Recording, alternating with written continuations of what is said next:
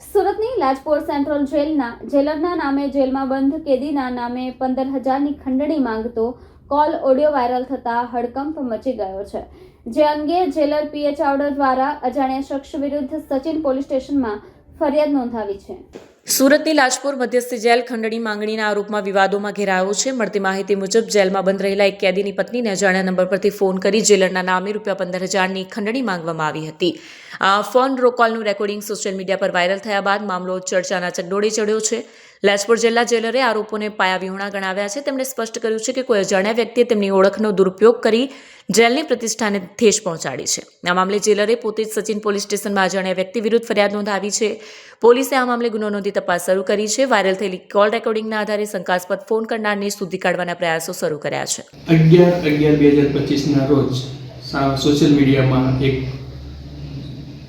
Audio viral થયેલો હતો, જે બાબતે અડાજણ પોલીસના દ્વારા એક જ ગુનાના 3 આરોપીઓની ધરપકડ દ્વારા કોર્ટના હુકમથી એને 8/11/2025ના રોજ રાત્રે અંદાજે 10:30 વાગે લાજપોર જેલ ખાતે દાખલ કરવામાં આવ્યા હતા.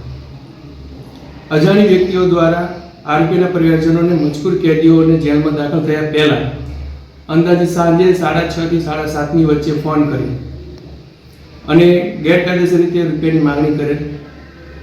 અજાણી વ્યક્તિ દ્વારા ફોનથી એક જ સમયે અને એક જ નંબરનો ઉપયોગ કરી પરિવારજનો પાસેથી માંગણી કરેલ.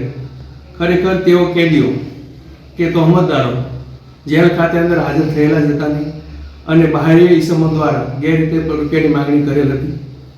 અને આવું જણાઈ આવતા અજાણી વ્યક્તિઓ વિરુદ્ધ ખોટી ઓળખાણ આપી અને ગેરકાયદેસર પ્રવૃત્તિ કરવા બદલ સચિન પોલીસ સ્ટેશન ખાતે ફરિયાદ દાખલ કરવામાં આવેલ છે.